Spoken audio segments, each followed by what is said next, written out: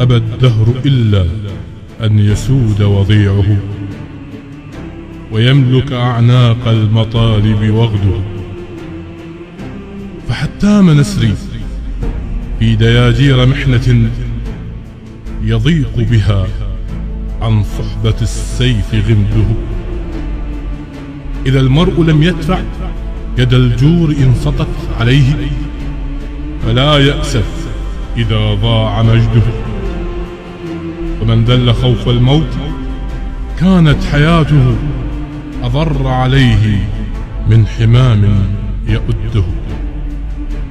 وأقتل داء رؤية العين ظالما يسيء ويتلى في المحافل حمده. على ما يعيش المرء في الدهر خاملا أيفرح في الدنيا بيوم يعده. يرى الضيم يغشاه فيلتذ وقعه كذي جرب يلتذ بالحك جلده. من العار أن يرضى الفتى بمذلة وفي السيف ما يكفي لأمر يعده.